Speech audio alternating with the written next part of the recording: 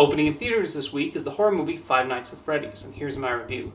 Scott Cawthon's video games involving murderous Chuck E. Cheese type animatronics have proven incredibly popular, so it's understandable why a film adaptation would eventually hit screens. While there's a fair amount of creativity here and there in the movie, it falls short in the important area of giving us intriguing characters to follow. The animatronics themselves have a bit of personality as they stomp towards their victims, but it's difficult to be engaged with the people at the center of the story. The setup does show a decent amount of promise as we're introduced to the lead protagonist, Mike. There's intrigue when he's told about this closed restaurant he's hired to be a security guard for. The production team deserve credit for giving the pizza place the feel of those family entertainment centers and how creepy they might look at night after the customers have left. The animatronics have been brought to life by the team at Jim Henson's Creature Shop, and even someone with only a passing familiarity of the games can see the craft taken with translating them to live action. The best parts of the film belong to them. The actual story being told is underwhelming, as the characters are not too interesting. There's an entire plot of Mike trying to find out what happened to his younger brother, and the film uses a series of dream sequences to explore this and propel the storyline further. However, these portions instead slow the pace of the film down.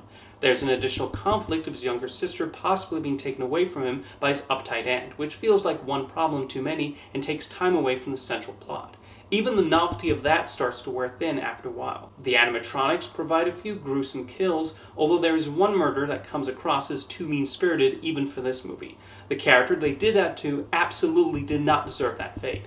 There are occasional attempts at humor that do land, and the actors, even ones in bit roles, have the proper reaction to everything that goes on. It's just a shame the characters are not written in a compelling manner, the most frustrating being a police officer Mike befriends. Everything she says is just a little too obvious and on the nose. There are probably references to the game scattered throughout the film, and it will depend on the fans to say whether these are effective or not. Five Nights at Freddy's could have risen above your standard slasher movie, but does not quite get there. The production team, particularly the special effects artists, deserve credit for how the animatronics are used and moved around. There is something genuinely creepy about the sorts of music playing animatronics seen in family-aimed restaurants, which explains the appeal of these games. One just wishes the story that had been conceived for this film adaptation was a lot more interesting and the characters were provided with more compelling personalities. There are also a few too many detours in the plot. However, it's possible Five Nights at Freddy's works a lot better for those who have already controlled the security guard at home than for novices who have not set foot in Freddy Fazbear's Pizza.